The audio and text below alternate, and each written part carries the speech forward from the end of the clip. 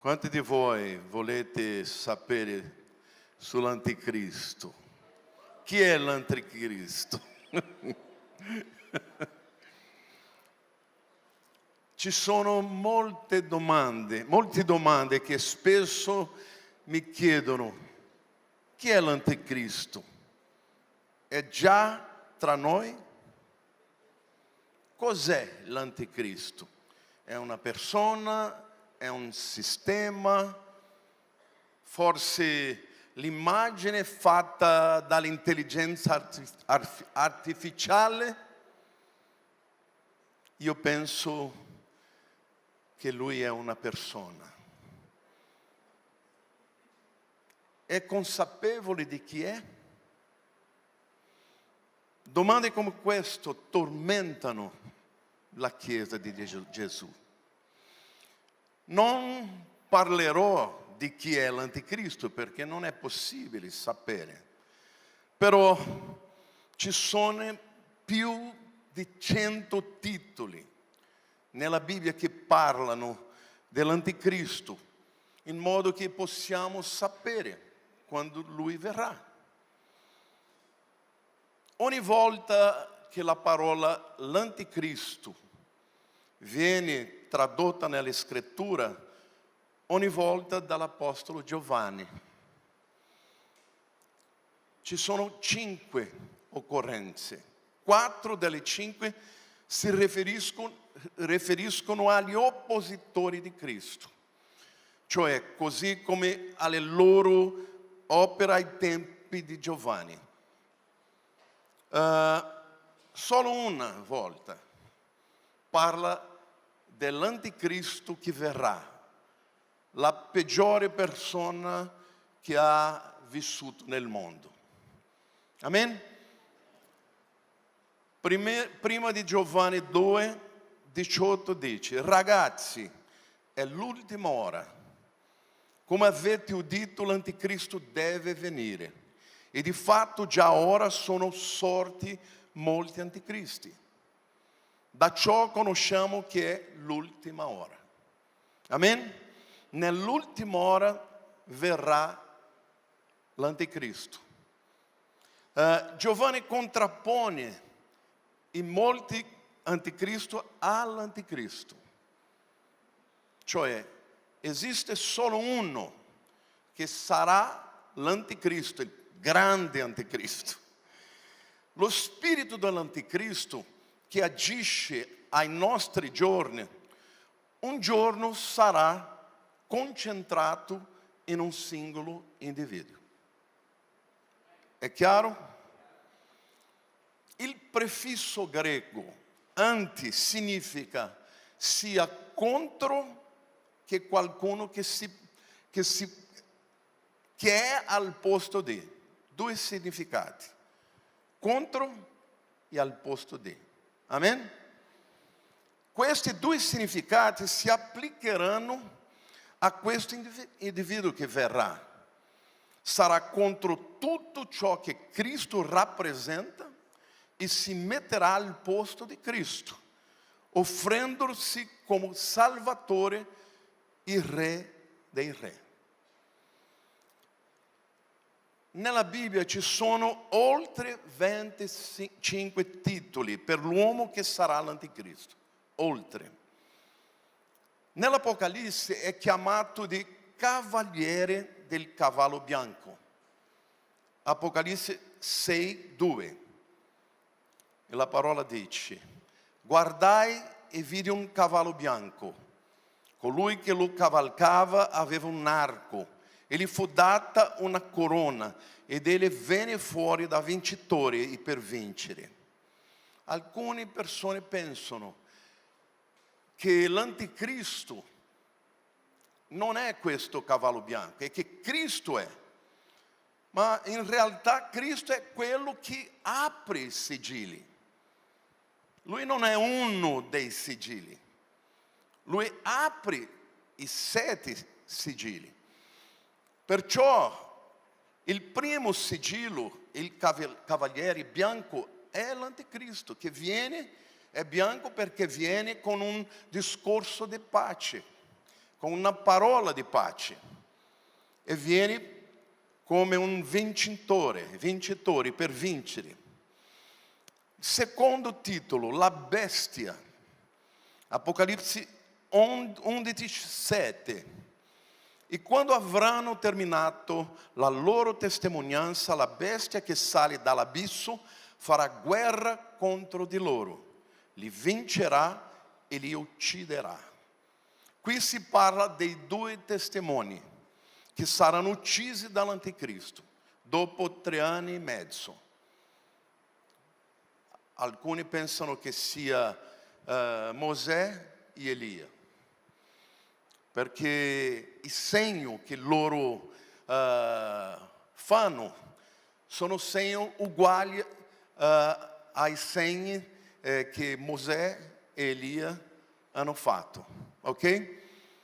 Il terzo titolo è La bestia che salì dal mare, Apocalisse 13:1. Poi vide salire dal mare una bestia che aveva 10 corna e 7 teste, sulla corna 10 diademi e sulla testa nomi blasfemi. Queste 7 teste parlano dei 7 regni che nel corso della storia hanno oppresso la nazione di Israele. Ora saranno tutti insieme. Il primo è l'Egitto, il secondo è la Babilonia, il terzo è Medo-Persiani,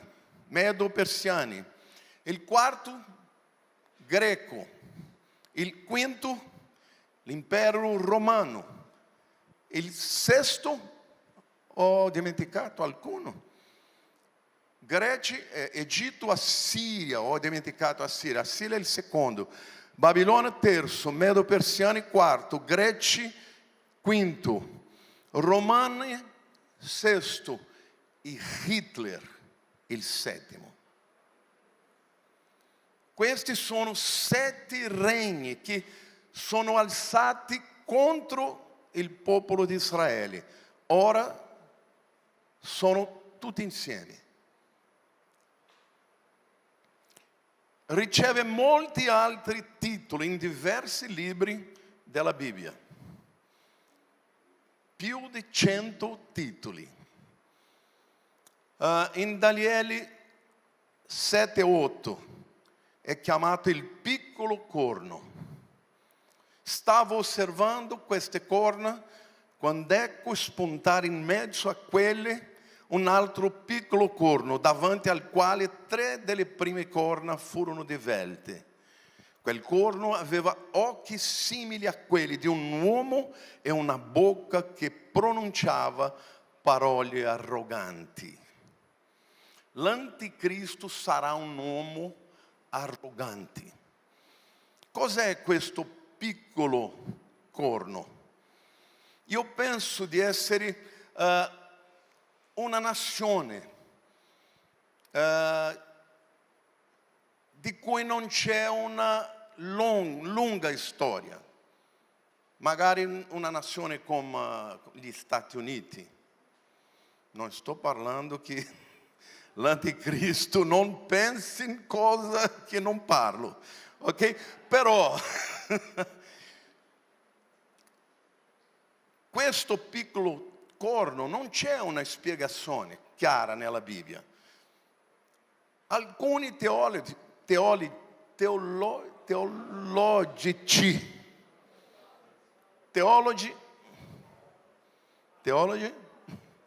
alcuni parlano che possa essere che lui viene da una nazione cuja storia, di cui la storia è piccola. Hai capito? Questo piccolo corno può essere dal Brasile, dagli Stati Uniti. È certo che lui verrà dall'impero romano ricostruito. Posso parlare così?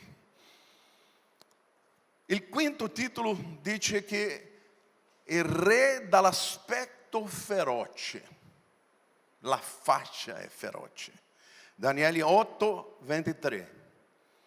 Alla fine del loro regno, quando i ribelli avranno colmato la misura delle loro ribellioni, sorgerà un re dall'aspetto feroce ed esperto in intrighi. Qui si parla di quando il regno di questo mondo avranno finito il loro tempo, allora verrà l'anticristo. Quando l'ultimo regno della terra sarà finito, si alzerà il regno dell'anticristo. Ma la Bibbia dice che l'aspetto dell'anticristo è feroce. È un uomo con la faccia malvagia. È un uomo serio, è un uomo con la faccia feroce. Sesto titolo, l'esperto in intrighi, lo stesso versetto. Qui parla che lui sarà un politico abile, che prospererà creando intrighi. Leggerò il testo un'altra volta. Alla fine del loro regno, i regni degli uomini che finiranno, e dopo i regni finiranno, i ribelli avranno colmato la misura delle loro ribellioni, sorgerà un re dall'aspetto feroce ed esperto in intrighi. Per fare questo patto di pace tra molte nazioni, ci vuole essere una persona capace di fare intrighi e di forzare, posso dire così, forzare un patto. Questo patto non sarà un patto di pace volentieri. Le nazioni non potranno scegliere se faranno o no. Tutti devono fare, perché lui è potente, lui è molto potente. E questo patto, la Bibbia dice che è un patto forzato. Qui si parla così di quando il regno di questo mondo avranno finito il loro tempo e allora verrà l'anticristo. Il settimo titolo dice che lui è il principe che deve venire. Daniele 9, 26. Dopo le 62 settimane un unto sarà soppresso. Qui parla di Gesù. Nessuno sarà per lui. Il popolo d'un capo che verrà distruggerà la città e il santuario. Voglio chiedervi una domanda. Qual è il popolo che ha distrutto il Tempio nell'anno 70 dopo Gesù? Romani. Il pastore sta dicendo che l'anticristo verrà dall'Italia? Non credo. Ma verrà dall'impero romano ricostruito. Qualche nazione che apparteneva all'impero romano può essere la nazione di cui procederà l'anticristo. Può essere portoghese, può essere tedesco, può essere Spagna, qualche nazione. Può essere anche una delle nazioni dell'impero romano dell'Oriente. Perciò non possiamo sapere al certo chi l'anticristo è, però dobbiamo guardare tutti questi segni per scoprire quando il tempo verrà. Amen? la parola dice, dopo le 62 settimane non sarà soppresso, Gesù, nessuno sarà per lui. Il popolo di un capo che verrà distruggerà la città e il santuario. La sua fine verrà come un'inondazione ed è decretato che vi saranno devastazioni fino alla fine della guerra. Perciò l'anticristo verrà alla fine dei tempi di guerre. Tutte le persone saranno cansate, saranno stanchi di tante guerre e chiederanno che qualcuno si alzi per proporre un tempo di pace. Oggi stiamo vivendo un tempo così. Tutto il mondo vuole che Donald Trump possa fare qualcosa per finire il tempo di guerra, sì o no? Perché il tempo di guerra non è buono per nessuno. Non c'è qualcuna nazione che soffre senza che gli innocenti soffrano insieme. Perciò potrebbe essere un discendente di una delle nazioni che appartenevano all'impero romano. Io parlo anche del piccolo corno, del piccolo corno, perché c'è una piccola storia.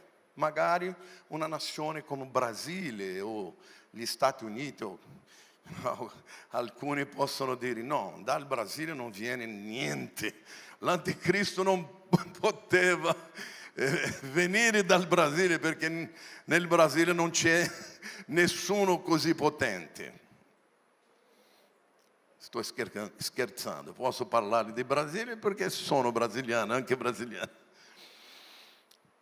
8. La Bibbia chiama l'anticristo di il desolatore. Daniele 9:27. Egli stabilirà un patto con molti per una settimana. In mezzo alla settimana farà cessare sacrificio e offerta. Questa è la ragione perché possiamo credere che lui farà un patto che permetterà a Israele di costruire il terzo tempio, perché nella prima metà del patto tutti i sacrifici saranno offerti, però nella metà cesseranno. La Bibbia dice, sugli ali delle abominazioni verrà un devastatore. Il devastatore commetterà le cose più abominevoli, finché la completa distruzione che è decretata non piombi sul devastatore. Alla fine delle cose, lui sarà distrutto. 9. L'uomo del peccato. Seconda Tessalonicesi 2:3 dice, nessuno vi inganni in alcun modo, poiché quel giorno non verrà se prima non sia venuta l'apostasia e non sia stato manifestato l'uomo del peccato, il figlio della perdizione. Sapete cosa significa apostasia?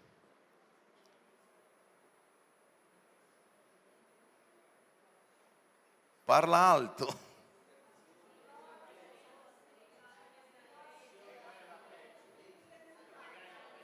Negare la fede, sì.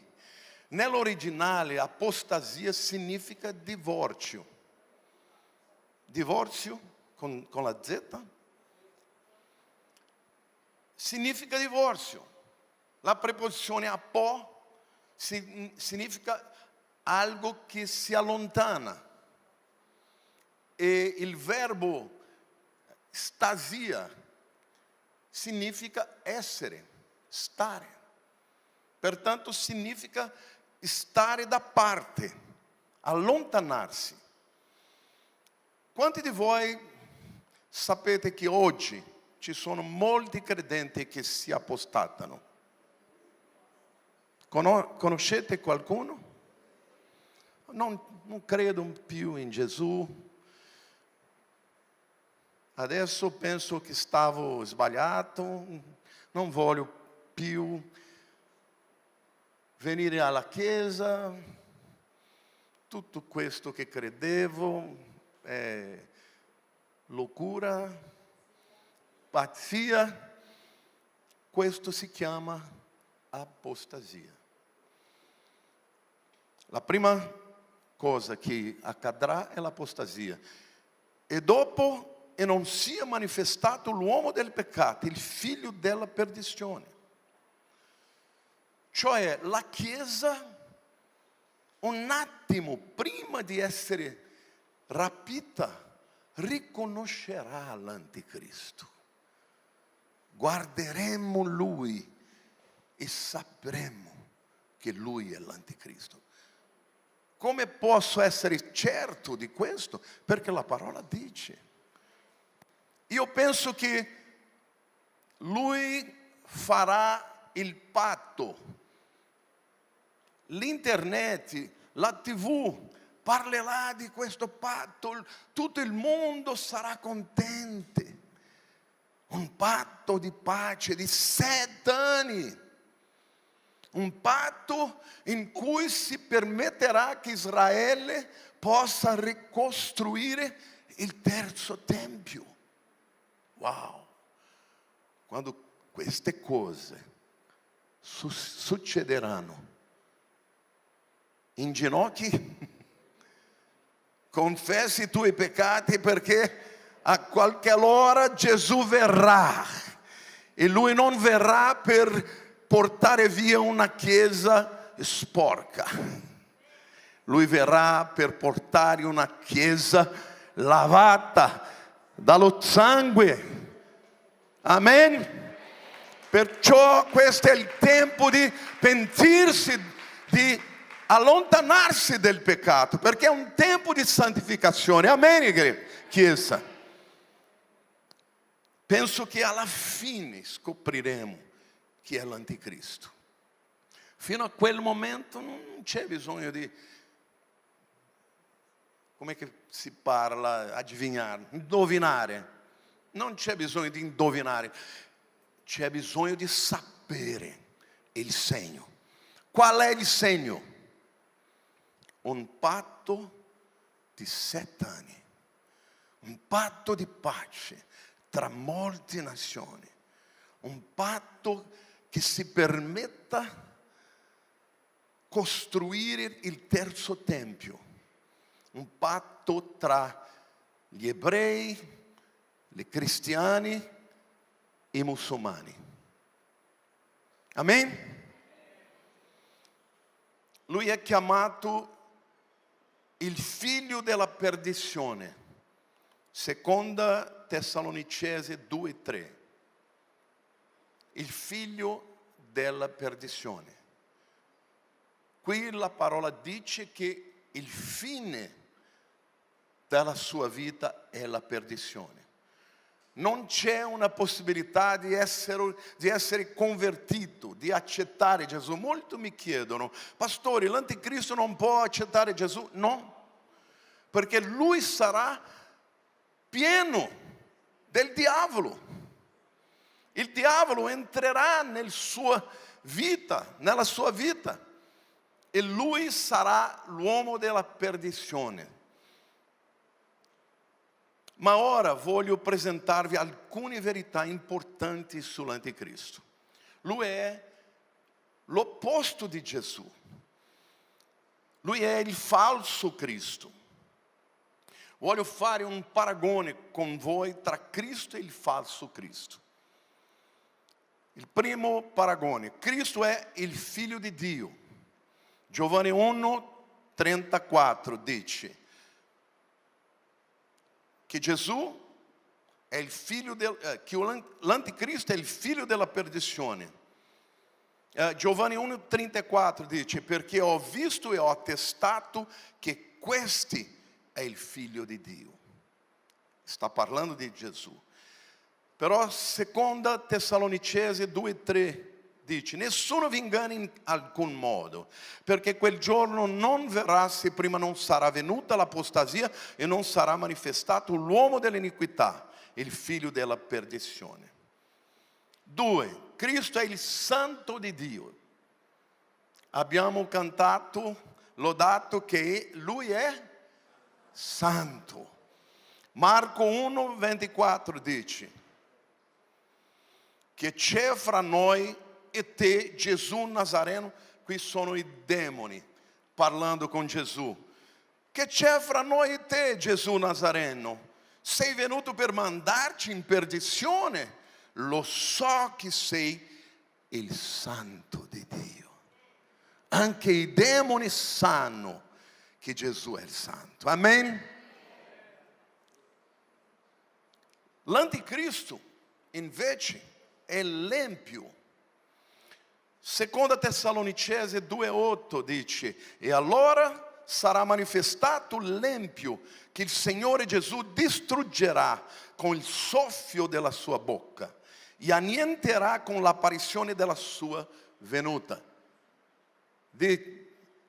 Gesù è il santo, l'anticristo è l'empio. Amen? Terzo, Cristo è disceso dal cielo, l'anticristo sale dall'abisso.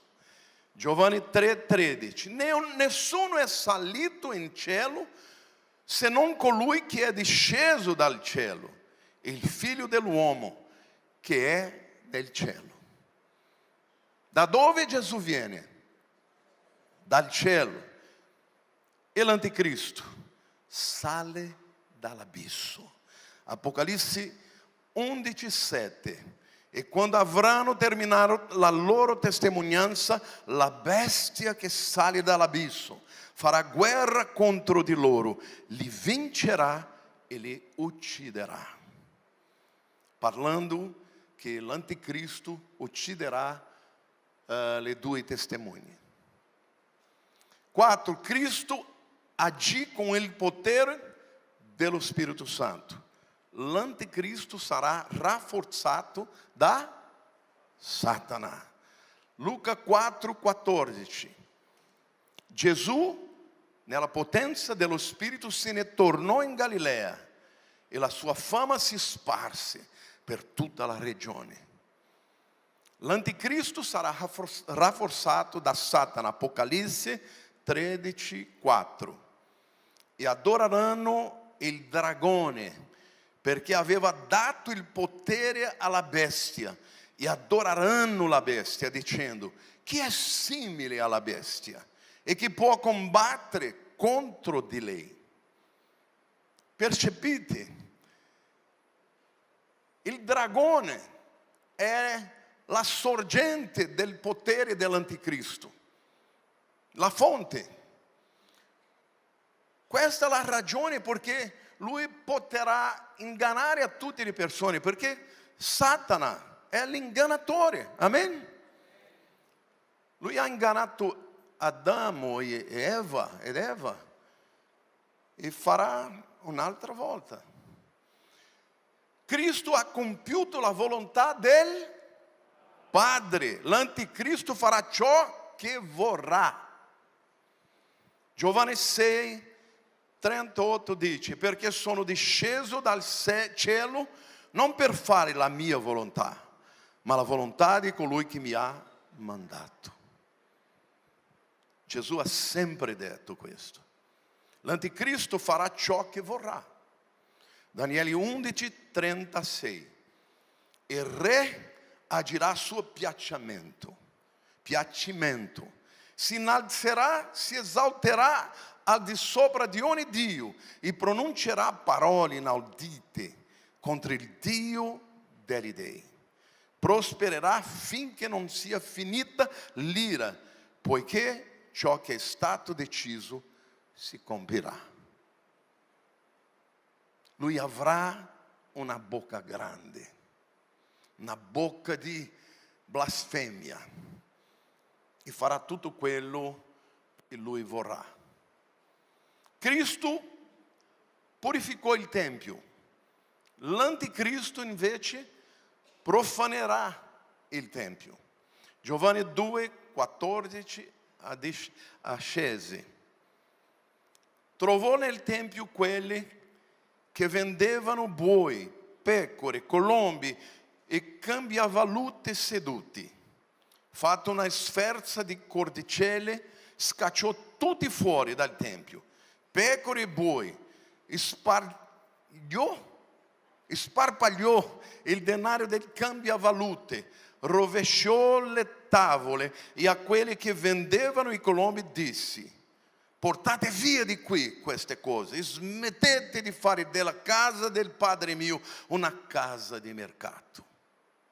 Questo è bello. Gesù sa essere arrabbiato per la causa che è giusta. L'anticristo invece profanerà il Tempio. Matteo 24, 15. Quando dunque, questo è Gesù parlando, quando dunque vedrete l'abominazione della desolazione, della quale ha parlato il profeta Daniele, posta in luogo santo, che legge faccia attenzione. Gesù sta parlando di Antioco Epifanio.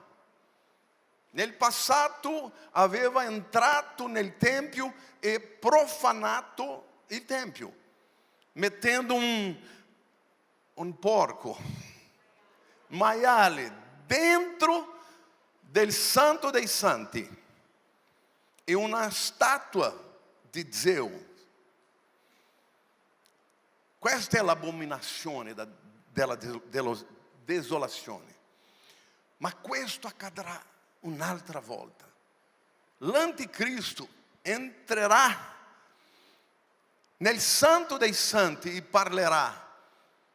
Sto ascoltando che ci sono persone che pensano che io sono Cristo, che io sono il Salvatore. E volete sapere?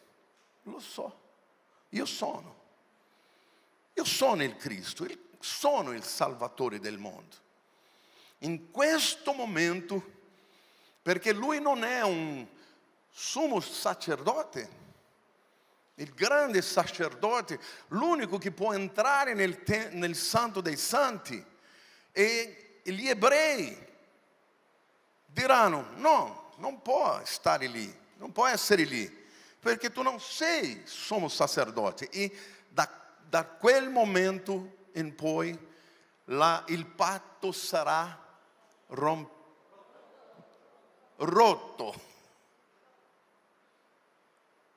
Sarà rotto e comincerà la persecuzione contro il popolo giudeo, contro il popolo ebreo. Amen? Ma vedete come lui è l'opposto di Gesù. Cristo è l'uomo dei dolori, l'anticristo è l'uomo dell'iniquità. Isaia 53, 3 dice: egli era disprezzato e rigettato dagli uomini.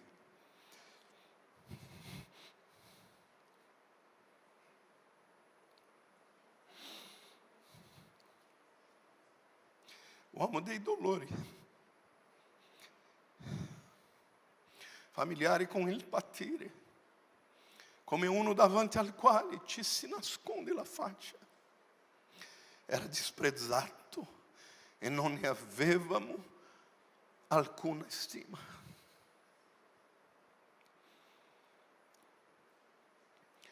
Nessuno vi inganni in alcun modo, perché quel giorno non verrà se prima non sia venuta l'apostasia, non sia stato manifestato l'uomo dell'iniquità, il figlio della perdizione. Cristo si è umiliato. Filippesi 2,8 dice: trovato esteriormente come un uomo, umiliò se stesso, facendosi ubbidiente fino alla morte e alla morte di croce. L'anticristo, il figlio della perdizione, è quello che si esalta. Cristo si è umiliato, l'anticristo si esalta. Daniele 11:37 dice: egli non avrà riguardo agli dei dei suoi padri, non avrà riguardo al desiderio dalle donne, né ad alcun Dio, perché si innalzerà al di sopra di tutti. Io penso che l'anticristo sarà un uomo machista, maschilista, non rispetterà le donne, userà le donne, ma non rispetterà loro.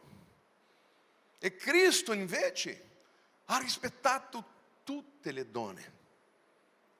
Amen?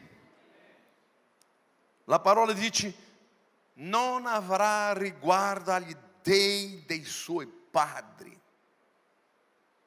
non avrà riguardo al desiderio dalle donne. Alcuni pensano che lui sarà un omosessuale. Non credo, non ci credo. Penso che lui sarà un maschilista. Maschilista è così? Grazie. E si innalzerà al di sopra di tutti. 9. Cristo è chiamato l'angelo. L'angelo significa il messaggero. Nel Vecchio Testamento la parola è Malach Yahweh. Nel Nuovo Testamento è angelo. Angelo significa messaggero. Cristo è chiamato l'angelo. Giovanni 1:36. E fissando lo sguardo su Gesù che passava disse: ecco, no, non è angelo, è agnello. Ma Gesù è anche l'angelo, il messaggero. Ma qui ho scritto l'agnello di Dio. Amen? Mi dispiace. E fissando lo sguardo su Gesù che passava disse: ecco l'agnello di Dio. E quando avranno terminato la loro testimonianza, la bestia, quello che contrappone l'agnello è la bestia, che sale dall'abisso, farà guerra contro di loro, li vincerà e li ucciderà.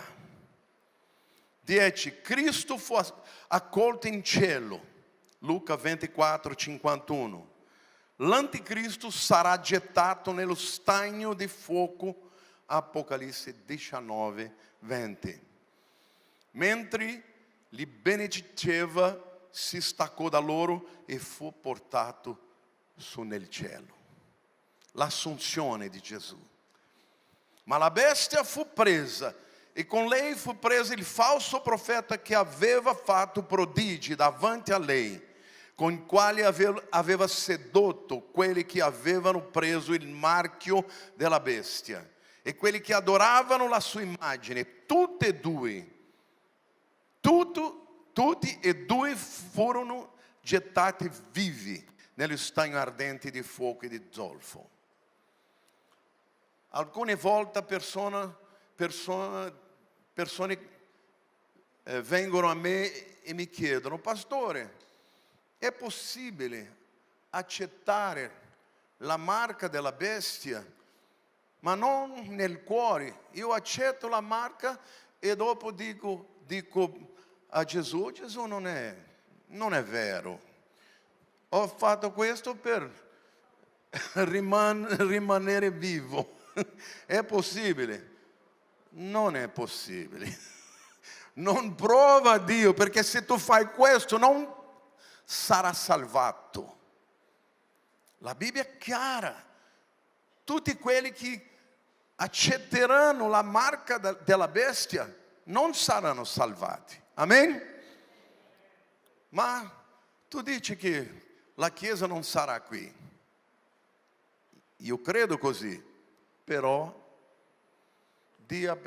alla persona accanto a te, però,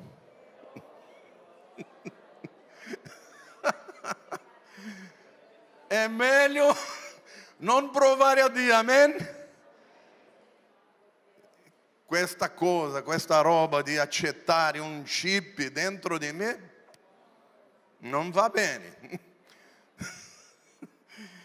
L'unica marca che io accetto è il sigillo dello Spirito Santo. Amen.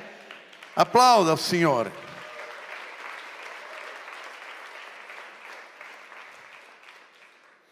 Adesso parlerò sul processo del suo arrivo. Non sorgerà in un momento casuale, sorgerà in un momento in cui tutto sarà pronto, il mondo sarà pronto. Quando il livello di iniquità dominerà il mondo e con il consenso del popolo, allora sorgerà. Daniele 8, 23 a 26 dice: alla fine del loro regno, quando i ribelli avranno colmato la misura delle loro ribellioni, sorgerà un re dall'aspetto feroce ed esperto in intrighi. Il suo potere si rafforzerà, ma non per la sua propria forza. Egli sarà causa di rovine inaudite, prospererà nelle sue imprese, distruggerà i potenti e il popolo dei santi. Gli ebrei. A motivo della sua astuzia, la frode prospererà nelle sue mani. Il suo cuore si inorgoglirà e distruggerà molte persone che si credevano al sicuro. Si ergerà pure contro il principe dei principi, ma sarà infranto senza intervento umano. La visione della sere e delle mattine, di cui si è parlato, e verrà. È vera, non c'è doppia R. È vera. Oh, è scritto indietro. Ma tu tieni segreta la visione perché si riferisce a un tempo lontano. Lontano da Daniele, ma vicino a noi. Guardatevi, il tempo è quando i ribelli avranno colmato la misura delle loro ribellioni. Il tempo è determinato, non è casuale, è determinato. Dio sa il tempo certo, noi non sappiamo, perché Dio non ci parla, perché Lui vuole che tutti noi siamo preparati ogni giorno. Ogni giorno. Può essere oggi, può essere domani. Non importa. Importa che la Chiesa si alzi in potenza, in gloria, venendo nel mondo per portare la presenza di Dio, l'unzione, la grazia, la parola, il coraggio, sapendo che un giorno verrà, aspettando il Signore, nostro Salvatore Gesù Cristo. Amen, Chiesa. Non importa, non sappiamo quando verrà, ma Lui certamente verrà. Questa espressione alla fine del suo regno si riferisce ai governi umani che termineranno negli ultimi giorni, quando i trasgressori saranno finiti, cioè quando l'iniquità avrà raggiunto il suo apice. Amen? Quindi, allora un re dall'aspetto feroce sorgerà. Lui sorgerà dalle masse. Apocalisse 13:1. Poi vide salire dal mare. Mare nelle scritture significa i gentili. vide salire dal mare una bestia che aveva 10 corna e 7 teste, sulle corna 10 diademi e sulle teste nomi blasfemi. Nella Bibbia la parola mare spesso indica le nazioni gentili. Apocalisse 17:15. Poi mi disse, le acque che hai viste e sulle quali siede la prostituta sono popoli, moltitudini, nazioni e lingue. 2. Verrà dall'impero romano ricostruito. Daniele 9:26. Dopo le 62 settimane un unto sarà soppresso, Gesù. Nessuno sarà per lui.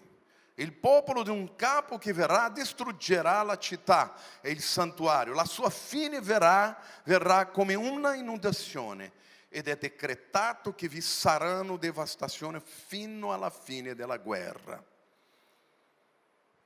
Alla fine della guerra ci sarà un patto di pace. Daniele profetizzò la morte dell'unto, la morte di Gesù. Profetizzò la distruzione del Tempio, 70 dopo Gesù. Profetizzò da dove sarebbe venuto l'anticristo, il popolo del principe che verrà distruggerà la città e il santuario. Sappiamo che chi distrusse il Tempio fu i Romani. Perciò l'anticristo verrà dall'imperio romano, ricostruito. Amen, è chiaro? Ma non è italiano. Nel nome di Gesù. Non può venire qualcosa cattiva come l'anticristo dall'Italia. Io non credo.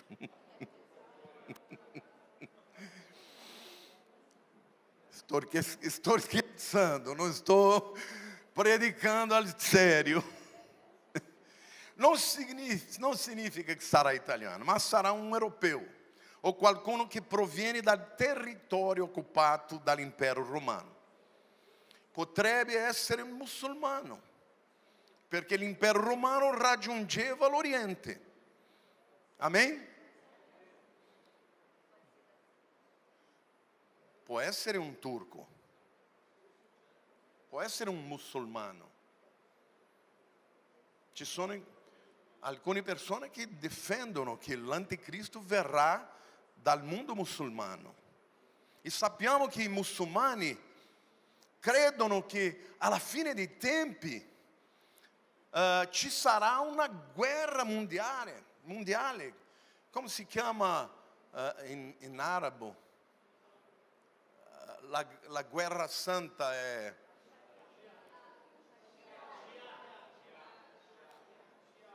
a jihad. Jihad è una guerra santa perché loro credono che l'ultimo, mi dispiace, l'ultimo profeta, non è profeta, quando sto parlando un'altra lingua mi dimentico il portoghese, è terribile. Non so un'altra lingua e non so anche in portoghese.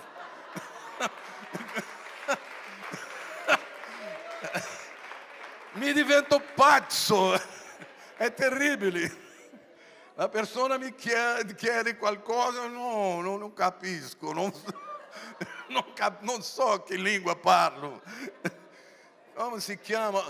L'ultimo imam, l'ultimo leader spirituale musulmano verrà per essere leader della guerra santa, la jihad islamica. Perciò molti credono che l'anticristo sarà un uomo che viene dall'impero musulmano e farà un patto, un'alleanza con i cristiani. Nella statua di Daniele, capitolo 2, ti ricorda? I piedi e le gambe sono mescolati. Barro, come si fa? Argilla e ferro. Non è ferro? È ferro. Ferro parla di un impero forte e l'argilla parla di un impero debole, mole. La democrazia è la forza di un impero che non c'è democrazia, mescolato. Dittatura. È possibile che sia una persona venuta da questi due ambienti diversi. Come? Un dittatore, sì. Un altro Mussolini, un altro Hitler, un altro Maduro, un altro Lula.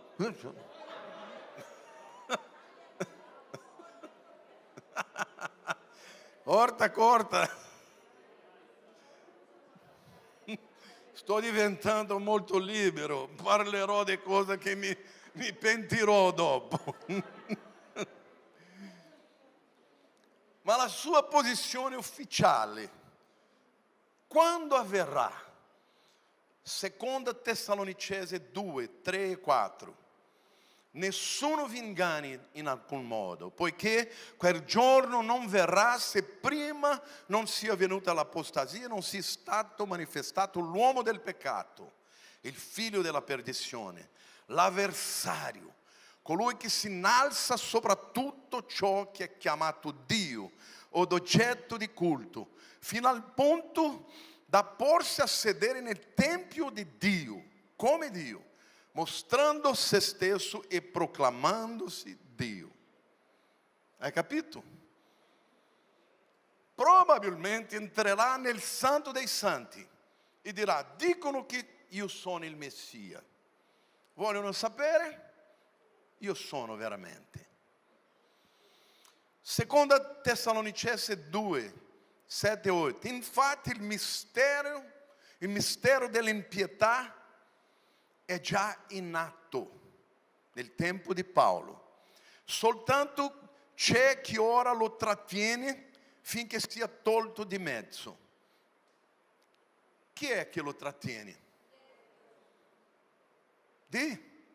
Più alto. La Chiesa e lo Spirito Santo dentro la Chiesa. E allora sarà manifestato l'empio che il Signore Gesù distruggerà con il soffio della sua bocca e annienterà con l'apparizione della sua venuta. Alleluia. Alleluia. Alleluia. Notate che la parola dice che non apparirà senza che chi lo detiene venga prima rimosso. Questa è la verità che parla del rapimento. Quando il rapimento accadrà, non ci sarà nessuno per ritenere l'anticristo. E quindi lui si alzerà.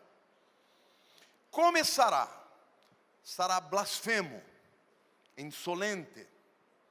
Daniele 7, 8 e 7, 25. Stavo osservando queste corna, quando ecco spuntare in mezzo a quelli un altro piccolo corno, davanti al quale 3 dei primi corni furono divelti. Quel corno aveva occhi simili a quelli di un uomo e una bocca che pronunciava parole arroganti. Gesù è umile. L'anticristo arroganti. Egli parlerà contro l'Altissimo e affliggerà i santi dell'Altissimo e si proporrà di mutare i giorni festivi la legge. I santi saranno dati nelle sue mani per un tempo, dei tempi e la metà di un tempo. Un tempo, un anno, dei tempi, 2 anni. 3 anni e più la metà di un tempo. 3 anni e mezzo. Sarà arrogante e sobrio. Daniele 11, 36. Il re agirà a suo piacimento. Si innalzerà, si esalterà al di sopra di ogni Dio e pronuncerà parole inaudite contro il Dio degli dei. Prospererà finché non sia finita l'ira, poiché ciò che è stato deciso si compirà. Avrà un aspetto potente. Daniele 7:20. Chiese pure spiegazione delle 10 corna che aveva sul capo, del corno che spuntava e davanti al quale ne erano cadute 3. Quel corno aveva occhi e una bocca che proferiva parole arroganti e appariva maggiore delle altre corna. Appariva. Sarà intelligente. Daniele 8, 23 a 25. Ho già parlato di questo, ma a motivo della sua astuzia la frode prospererà nelle sue mani. Il suo cuore si inorgoglirà e distruggerà molte persone che si credevano al sicuro. Si ergerà pure come il principe dei principi, ma sarà infranto senza intervento umano. Può pensare qualcuno così? Ci sono alcuni, ma non possiamo dire. Qual è il suo piano? Daniele 8, 25. A motivo della sua astuzia, la frode prospererà nelle sue mani. Il suo cuore si inorgoglirà e distruggerà molte persone che si credevano al sicuro. Qual è la cosa più importante per Satana? Essere adorato.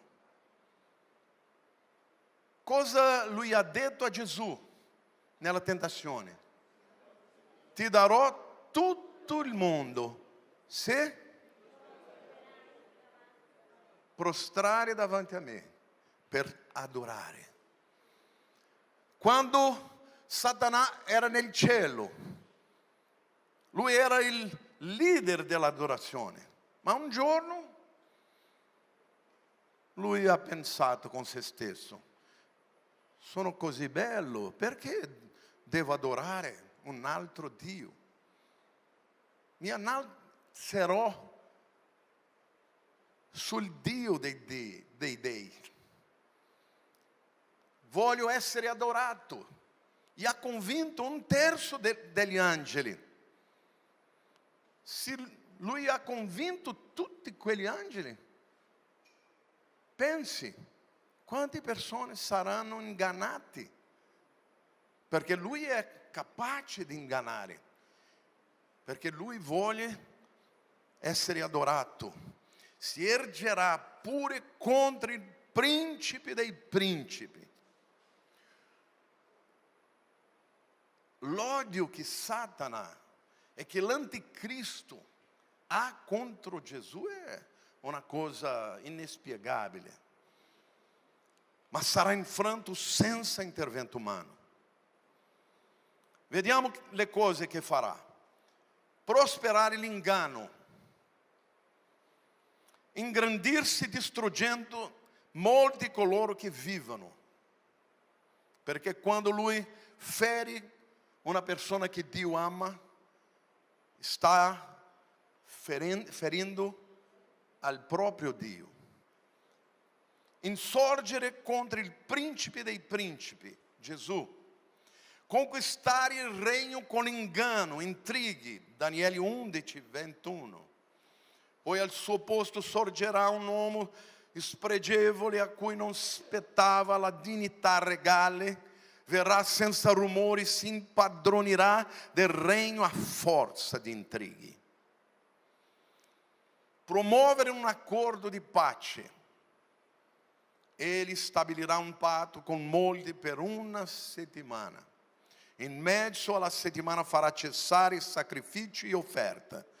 Sulle ali delle abominazioni verrà un devastatore. Il devastatore commetterà le cose più abominevoli finché la completa distruzione che è decretata non piombi sul devastatore.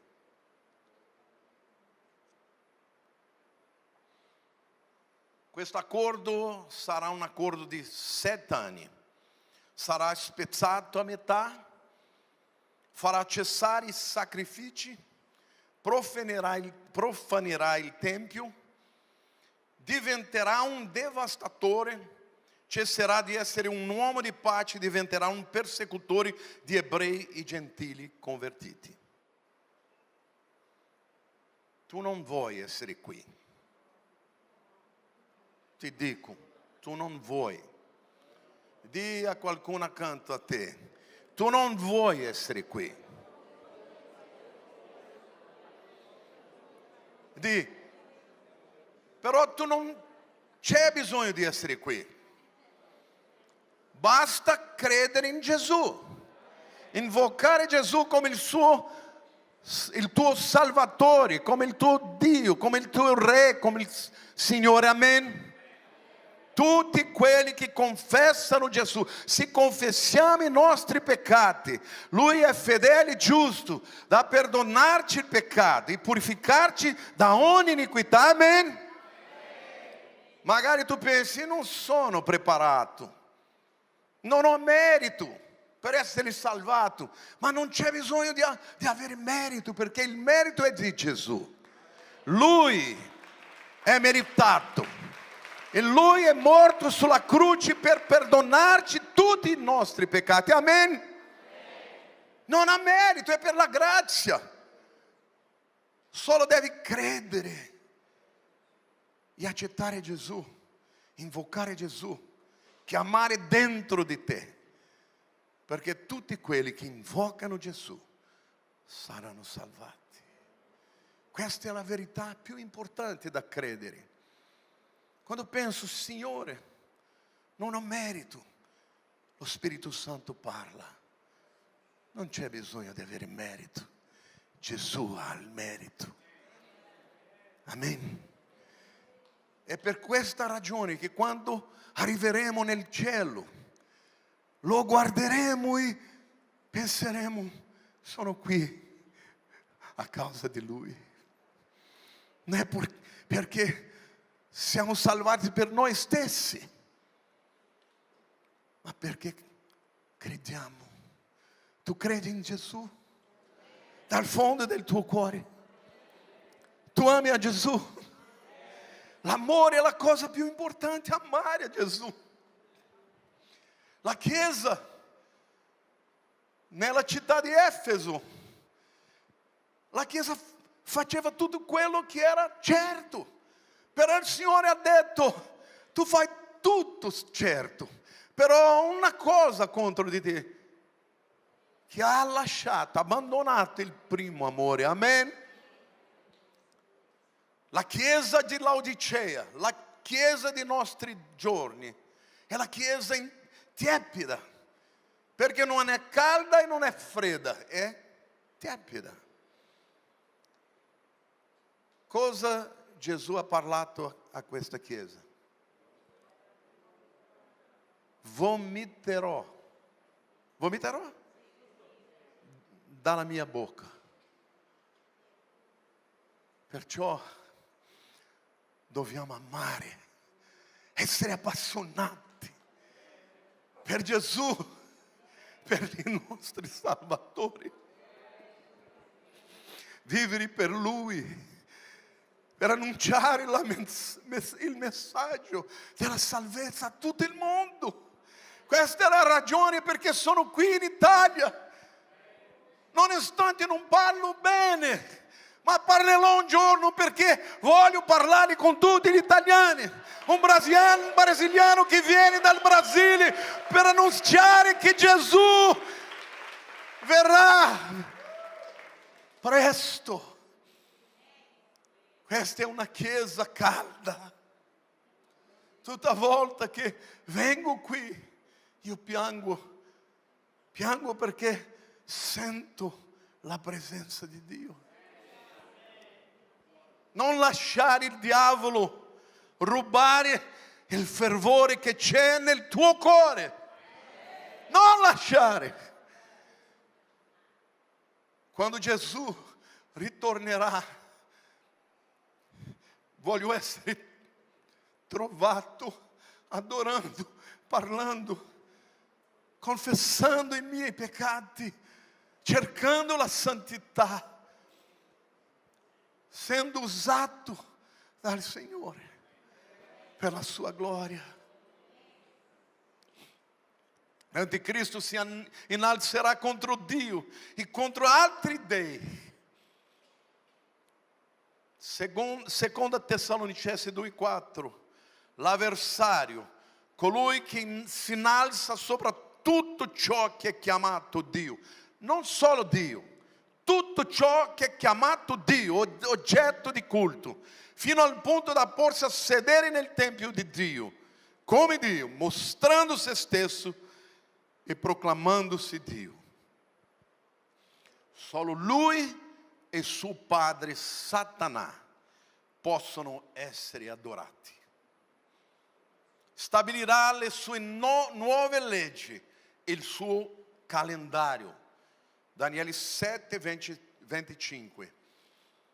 Ele parlerà contro l'Altissimo e affliggerà i santi dell'Altissimo e si proporrà di mutare i giorni festivi la legge.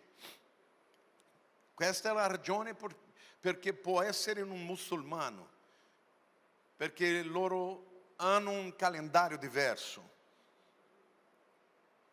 Nelle sue mani per un tempo dei tempi la metà di un tempo. Perseguiterà i santi e avrà autorità su tutto il mondo. Apocalisse 13, 7.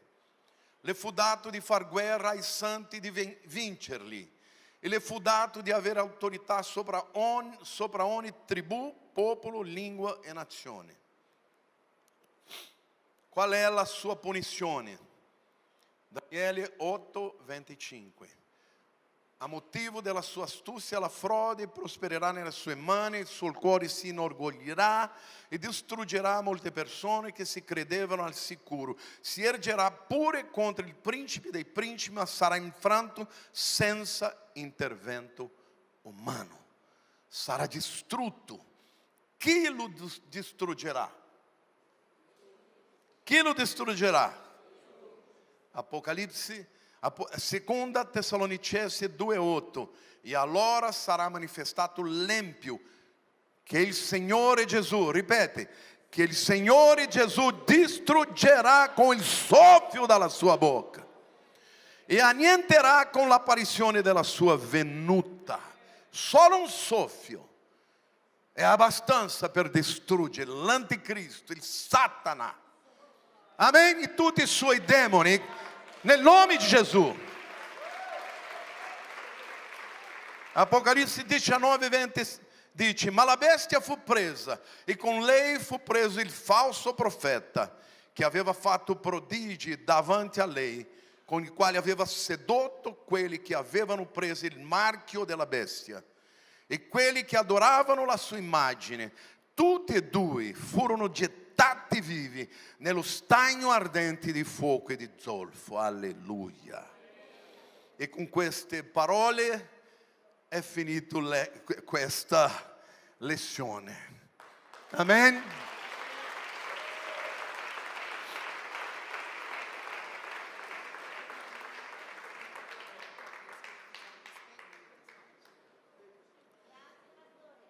Se avete domande potete farle ora. Con il microfono, perché sono un po' sordo, sto invecchiando e il mio orecchio non ascolta molto bene. C'è un altro microfono?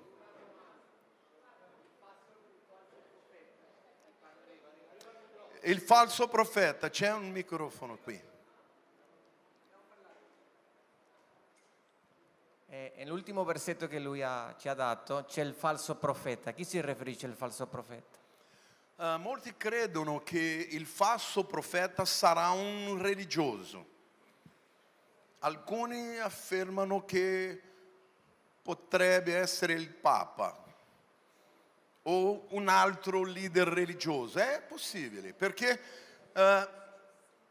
quando si uniscono un leader politico con un leader religioso, è molto più facile da convincere il popolo da seguire.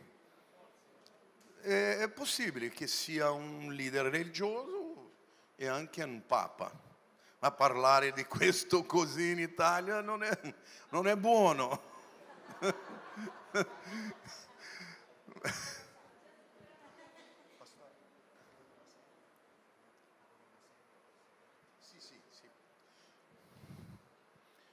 Ho bisogno di una sedia perché ho male la schiena, ma ho male alla schiena. Alla schiena. Grazie.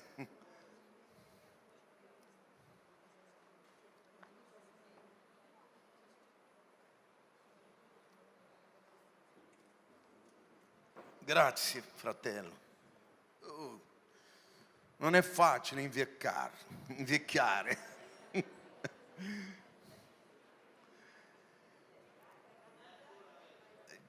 Buongiorno. Buongiorno. Buongiorno. Questa mattina abbiamo parlato di moneta unica.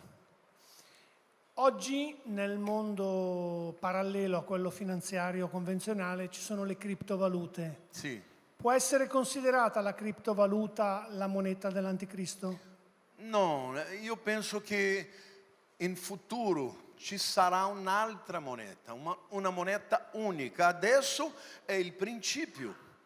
Adesso le nazioni stanno cambiando dalla carta moneta alle moneta criptomoneta. Io penso che nel futuro non ci sarà più la carta moneta, i contanti.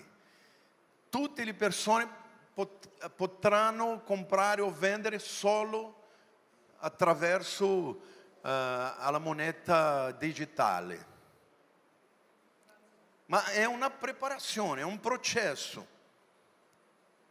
il principio del processo. Hai capito? Se non riesco a rispondere bene, Rosalind può rispondere, non c'è problema.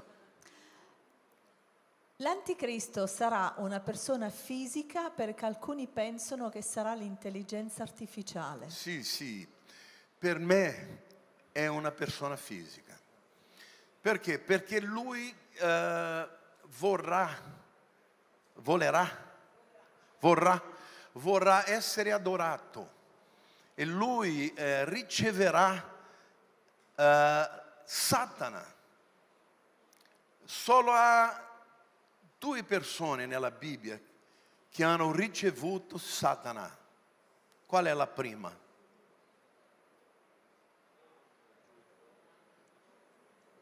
Giuda. Satana è entrato nel cuore di Giuda finché lui possa fare le cose sbagliate e cattive che ha fatto. E il secondo sarà l'anticristo. Io penso che sarà una persona, ma certamente userà l'intelligenza artificiale, perché oggi se qualcuno fa un video con Pastore Rosalind facendo qualcosa di sbagliata, lui avrà problema per mettere alla prova, per provare che non ha fatto cose sbagliate. L'inganno viene insieme con l'intelligenza artificiale. Ma penso che lui sarà una persona.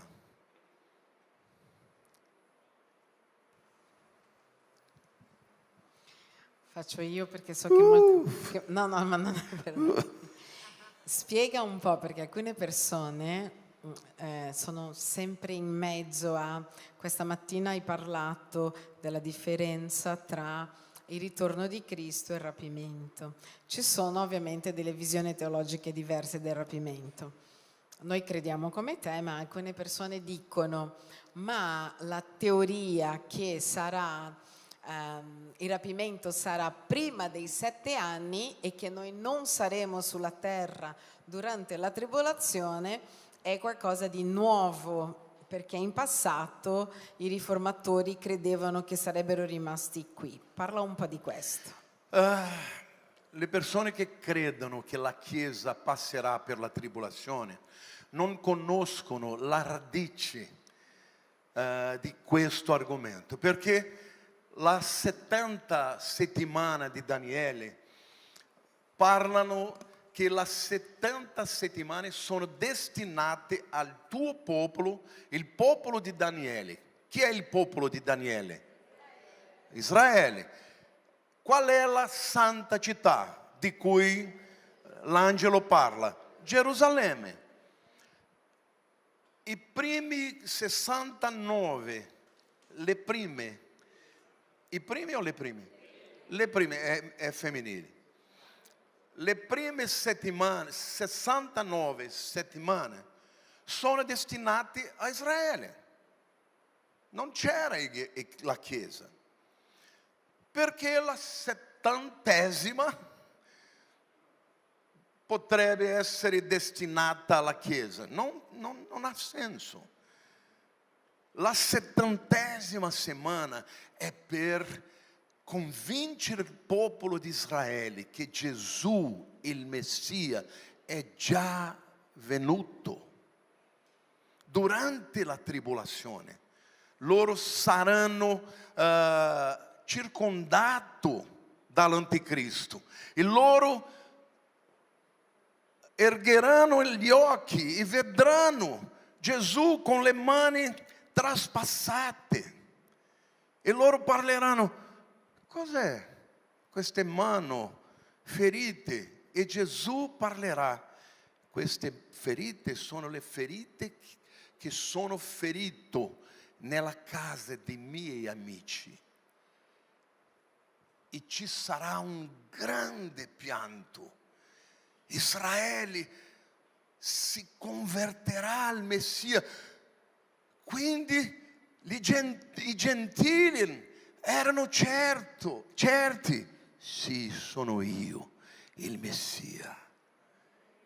Perciò l'ultima settimana serve per convertire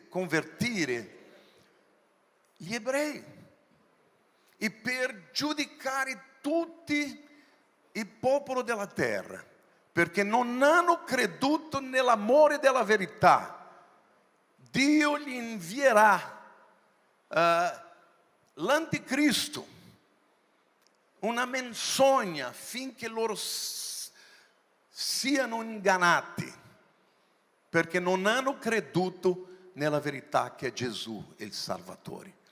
Perché quando in Apocalisse 3:10 la parola dice: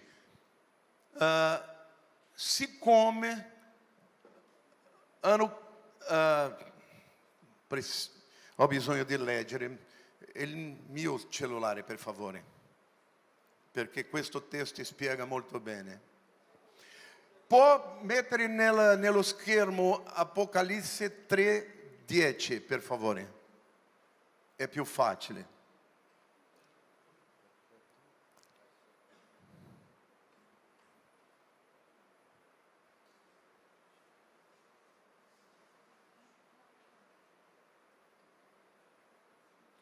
Siccome hai osservato la mia esortazione alla costanza, anche io ti preserverò dall'ora della tentazione che sta per venire sul mondo intero, per mettere alla prova gli abitanti della terra. Qual è la differenza tra preservare nell'ora e preservare dall'ora? Preservare nell'ora significa che Dio è con noi durante la tribolazione. Ma preservare dall'ora invece è tirare fuori dall'ora. Qui nel greco c'è una preposizione ex. Cosa significa exit? Andare fuori, andare via. Questa preposizione significa tirare fuori con violenza. Ma la lingua greca non c'è bisogno di usare le preposizioni, perché loro hanno le declinazioni. Se tu metti alla fine una forma diversa, può leggere in modo diverso. Ad esempio, parola significa parola. In greco è logos. Logu significa da parola. Logo, per la parola o nella parola. Basta cambiare il finale della parola e muda il significato.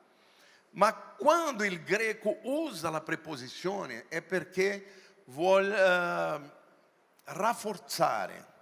È come in inglese, se io dico I love you, cosa significa? Ti amo. Ma io posso dire I do love you. Infatti, I love you. I really love you. Davvero ti amo.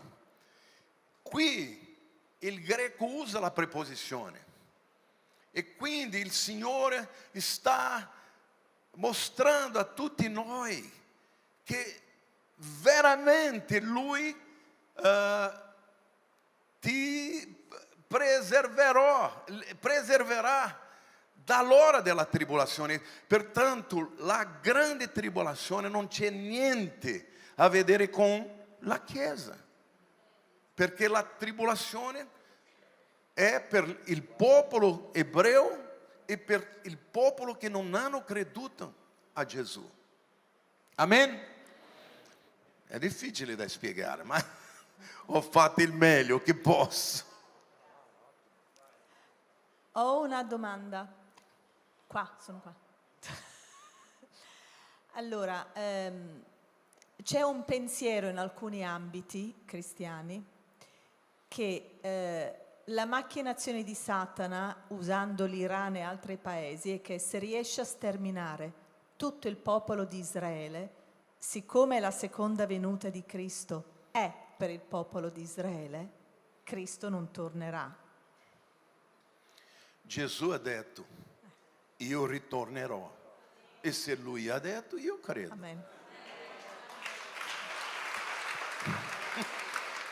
Non importa se qualcuno non crede, perché se Gesù ha detto che Lui tornerà, è semplice. Ti volevo chiedere, dato che la Chiesa sarà preservata, quindi non sarà il tempo del chip? Sì. Quindi la Chiesa non avrà... No. Okay. La Chiesa non sarà qui nella terra quando il popolo sarà obbligato a ricevere la marca della bestia. Quindi è vero vicino la venuta di Gesù. Io penso che noi vedremo tutte le cose essendo preparati, però non saremo qui quando succederà.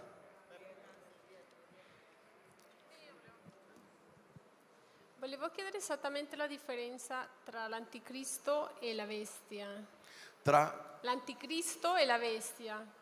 e la bestia è l'anticristo. Quindi. È uno dei nomi che l'anticristo riceve, Ok. la bestia, No, perché perché lui c'è- sarà molto potente, molto feroce, come una bestia. Una bestia rappresenta un animale feroce, come un orso, un leone. Sì, perché c'è questo versetto, che non mi ricordo qual è, che dice l'anticristo e la bestia saranno gettati nello stagno di fuoco. Quindi Sì, avevo perché questa- ci sono due bestie. Una è la bestia che viene dalla terra e l'altra è la bestia che viene dal mare. La bestia che viene dal mare è l'anticristo. La bestia che viene dalla terra è il falso profeta. Capisci?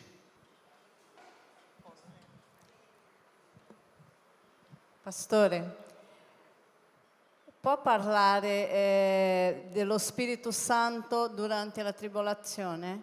Grazie. Questa è una bella domanda. Molti pensano che lo Spirito non sarà qui, ma io non credo.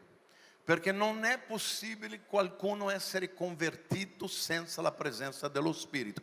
La differenza è che nella tribolazione lo Spirito Santo non abiterà dentro delle persone. Sarà come nel Vecchio Testamento. Gesù ha detto, Lui è con voi, ma sarà dentro di voi. Nella tribolazione sarà come nel Vecchio Testamento. Lui sarà in mezzo alle persone, ma non abiterà nelle persone, dentro delle persone. Ma non c'è conversione se lo Spirito Santo non è nella terra. E ci sarà milioni di conversioni.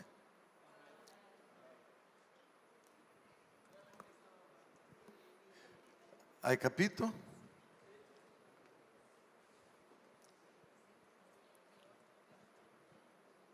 Buonasera. Una Buonasera. domanda semplice. Nel giudizio finale, proprio l'ultimo, il giudice sarà Dio Padre o Gesù Cristo? Gesù Cristo. Gesù ha detto che il Padre non giudica a nessuno, ma ha dato a Gesù di farlo. La Bibbia parla di 3 cieli, il primo, il secondo e il terzo. Gli ebrei parlano di più cieli e la scienza, gli scienziati stanno scoprendo che esistono varie dimensioni, vari mondi paralleli. Sì. Quando ci sarà il rapimento e noi saremo rapiti, la Bibbia dice che andremo nell'aria a incontrare Gesù. Sì. Che tipo di aria è? Il primo cielo è il cielo che possiamo vedere, azzurro, blu, come si parla? Atmosfera? Atmosfera, è vero. Il secondo cielo è dove i demoni abitano, l'atmosfera spirituale, regione spirituale. Il terzo cielo è dove Dio abita. Saremo rapiti alla casa del Padre, come Gesù ha detto in Giovanni 14.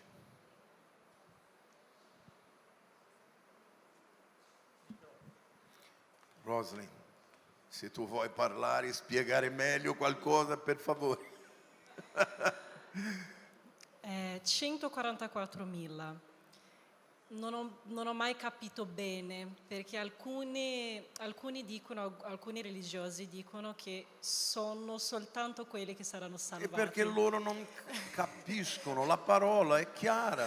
Però il 144.000 è un numero simbolico o No, ha a che io fare credo con gli che ebrei? saranno 144.000 di ogni tribù di Israele. Ok, quindi ha a che fare con le tribù Sì, di io Israele. credo che durante la tribolazione queste persone saranno convertiti e parleranno e predicheranno a tutto il mondo, e specialmente agli ebrei, che Gesù è il Messia. E loro saranno ascoltati perché? Perché sono giudei, perché sono ebrei. Ma io credo che la Bibbia dice che ci sono 12.000 di ogni tribù di Israele.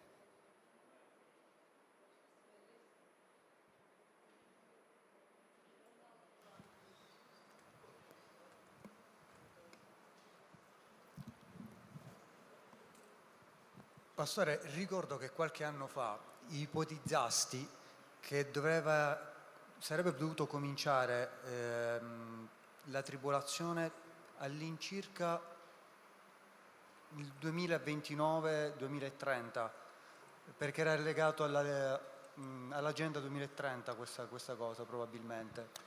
Tutte le persone che parlano di una data, sono sbagliati, perché la Bibbia non permette che facciamo così. Nessuno sa il giorno e l'ora. Possiamo percepire che sta avvicinando, però non possiamo marcare una data. Gesù non permette che facciamo così. Io volevo. Sarebbe meraviglioso, però non posso parlare di questo, non posso marcare una data, perché Gesù ha detto, nessuno sa. Oggi lui sa, è vero che sa, perché lui è Dio, ma io penso che né gli angeli sanno adesso, solo Gesù, il Padre e lo Spirito Santo. Grazie.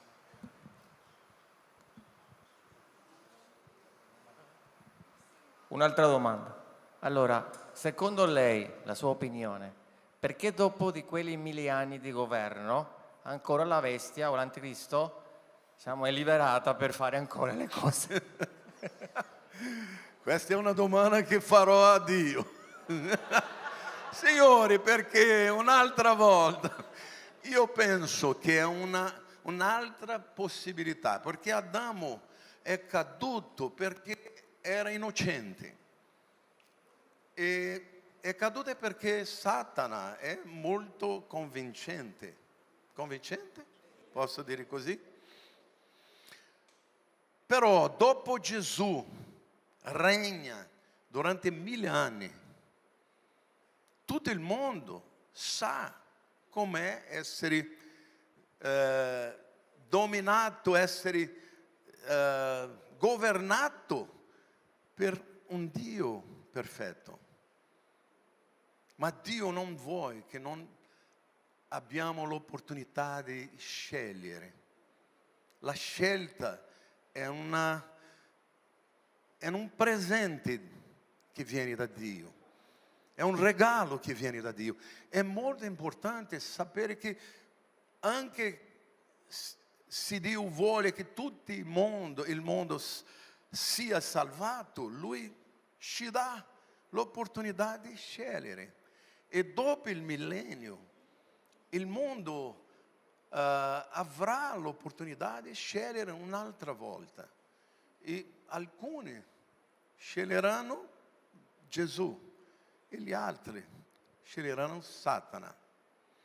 Io credo che questa è la ragione. Ma io volevo che lui non facesse così.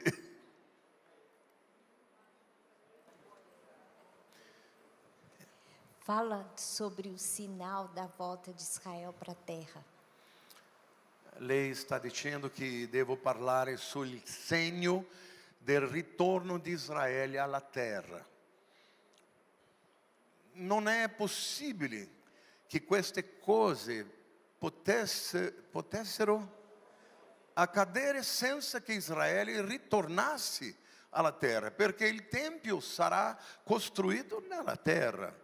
L'Anticristo si manifesterà nella terra, pertanto è necessario che Israele sia venuto alla terra un'altra volta. E ci sono molte profezie nel Vecchio Testamento che parlava di questo, che Israele, che Dio raccoglierebbe futuro, raccoglierà tutto il popolo ebreo dalla terra, di tutti i paesi.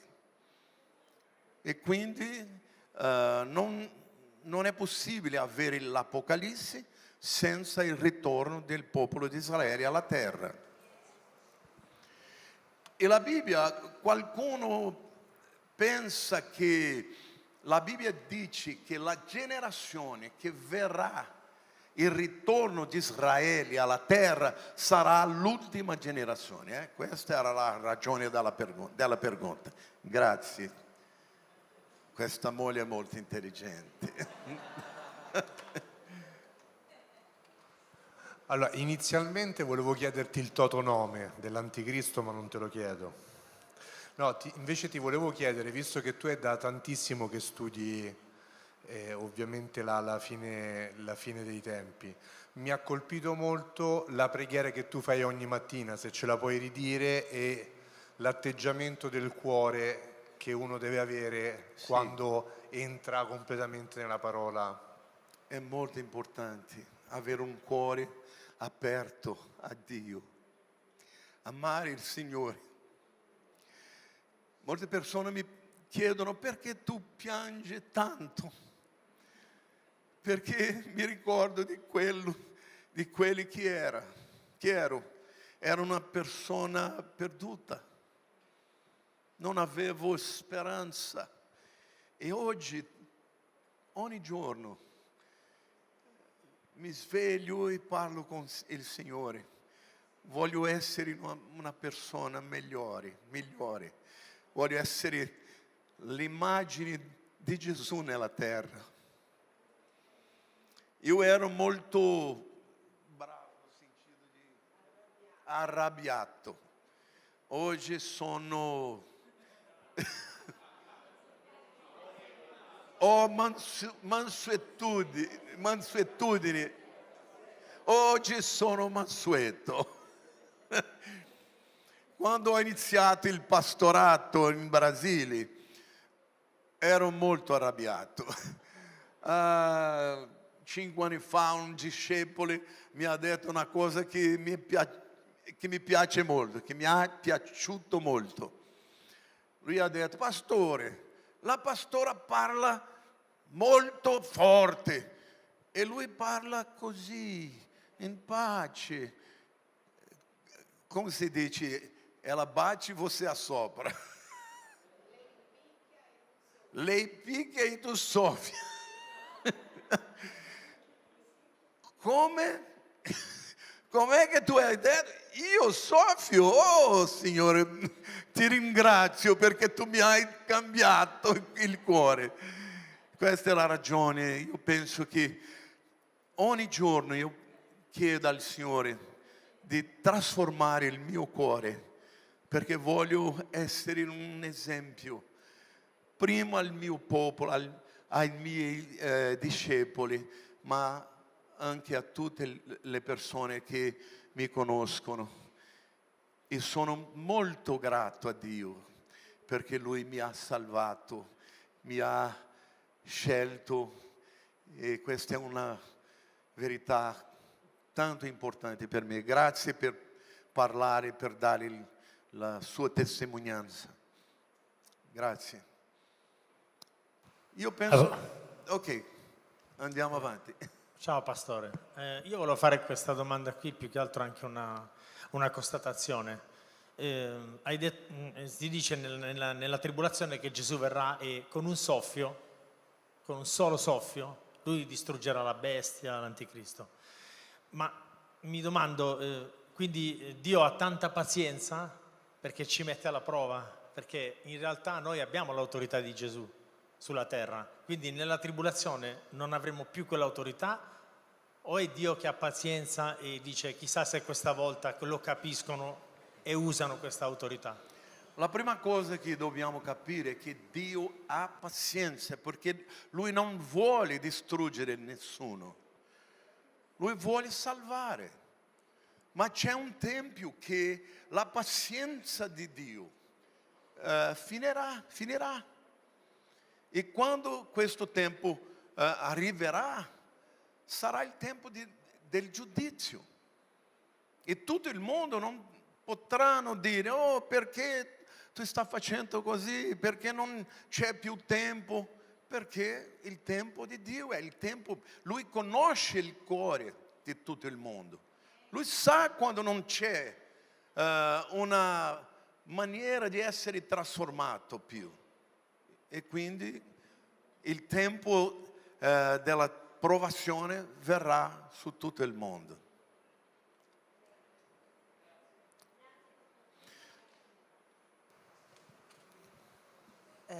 Prima abbiamo letto che prima dell'anticristo per eccellenza ci saranno altri anticristi e questi altri anticristi ci saranno soltanto nel periodo della grande tribolazione o anche prima? Non prima. Ok. Nel tempo di Paolo c'era anticristo. E noi come Chiesa... Hitler, ad esempio, è un anticristo. Noi come Chiesa come ci posizioniamo quando troviamo di fronte a noi un anticristo? Noi abbiamo quella possibilità di poterli riportare nella giusta strada, così come è stato magari con Paolo, che era un persecutore della Chiesa, ma nonostante ciò ha avuto quell'incontro con Dio ed è potuto ritornare sui suoi passi. Dobbiamo chiedere a Dio cosa devo fare. Devo affrontare questa persona o devo pregare finché il suo potere non sia potente nella mia vita e sulle persone che sono intorno a me. Io penso che ogni volta che tu sia davanti un spirito dell'anticristo devi pregare. Non c'è una risposta unica. Benedizione pastore, io volevo sono un po' come lei, non credo uguale meno di parlare l'itagnolo, spero che mi capiscano. Praticamente volevo sapere la differenza di Apocalisse quando il Signore dice che al che vincere le darà la corona e si sederà vicino al trono di Lui con quelli che arriveranno dopo il rapto con le palme che dicono in Apocalisse. Mi scusi, in Apocalisse 5, dove arriva la moltitudine che dice che è lavata con il sangue dell'agnello e che vedono che con le palme arrivano. Qual è la differenza? Dove andremo? Quelli che lottano come discepoli che regnano con Cristo o quelli che sono salvati così? Sì. Questi sono quelli che sono stati uccisi nella tribolazione.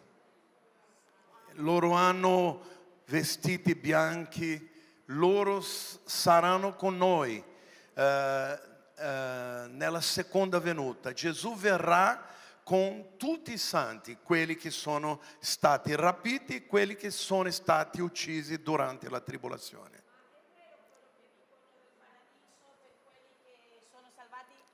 Momento così o quelli che hanno pagato un prezzo per essere la Chiesa di Gesù e andare avanti con Lui nel regno? Non c'è differenza? Non abbiamo bisogno di pagare un prezzo perché Gesù già ha pagato il prezzo. Saremo rapiti perché Gesù è morto per noi. Però quelli che non credono in Gesù adesso passeranno per la tribolazione. Questi saranno quelli che si converteranno durante la tribolazione o questi che hanno già ascoltato parlare che Gesù è il Salvatore e non hanno accettato. Ma durante la tribolazione ci sarà un'opportunità di accettare. E quelli che accetteranno affronteranno l'anticristo. E molti di questi saranno uccisi e perciò nella seconda venuta tutti insieme vedremo con Gesù.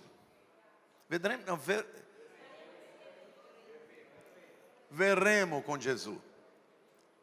Amen? Sono stanco, la mia mente non può pensare più. Grazie a tutti voi.